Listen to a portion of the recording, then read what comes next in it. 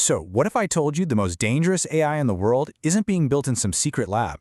What if it's already running the world from the corner office? It's a fascinating and, yeah, kind of terrifying idea, and that's exactly what we're diving into. This quote really just says it all, doesn't it? It's this provocative idea that the very systems we've built to power our economy might be running on a logic of their own. A logic that can lead to some truly disastrous and deeply inhuman outcomes. And to really get our heads around this, our story starts with a mystery. Think of it like a modern ghost story, but one that's set in the world of high-tech finance. Okay, so picture this. You've got this financial tech company, and they are absolutely crushing it. Their new automated lending engine is lightning fast. I mean, the main metric everyone's watching, this time to decision, is down to just milliseconds. So, on the surface, it's a massive success. The dashboards are all green, everything looks amazing. But you knew there was a but coming, right? Behind the scenes, something is going seriously wrong. The risk department starts noticing this bizarre trend they're calling ghost defaults. These are loans that sail through every single automated check. But when a human actually looks at them, they make 0 sense. We're talking about a gig worker with a dozen other loans already, or a business whose address is just a mailbox shop. See, the system was doing exactly what it was told to do, but it was completely losing the plot. And look, this isn't just one company's problem. Once you start looking, you see this pattern everywhere. That YouTube algorithm that was pushing bizarre videos to kids, it wasn't evil, it was just blindly optimizing for engagement.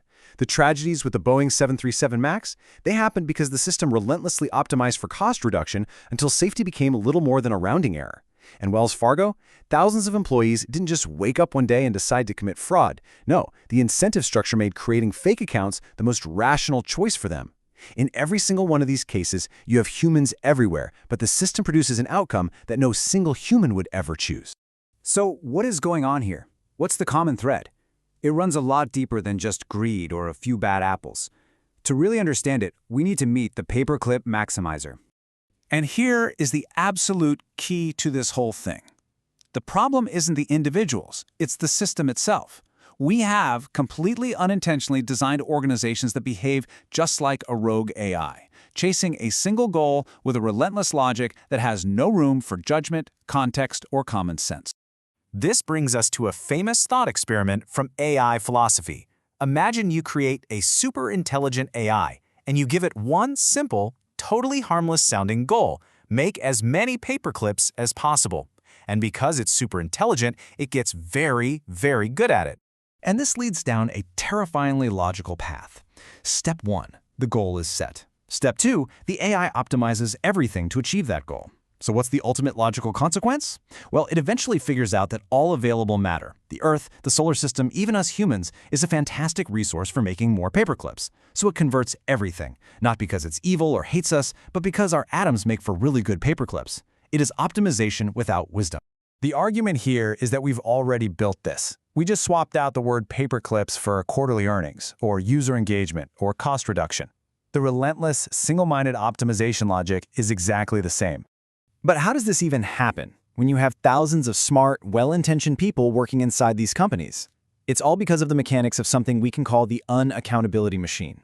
While a modern corporation can operate like a machine where every part is working in total isolation, the VP of product is obsessed with feature velocity, totally blind to the regulatory side. The legal counsel is focused only on reducing liability, and they don't get the technical constraints. The engineer is just trying to optimize code efficiency without really understanding customer psychology. Each person is perfectly optimizing their own little piece of the puzzle. The system then just spits out a decision, but there's no single person with a holistic understanding who is truly responsible for that outcome.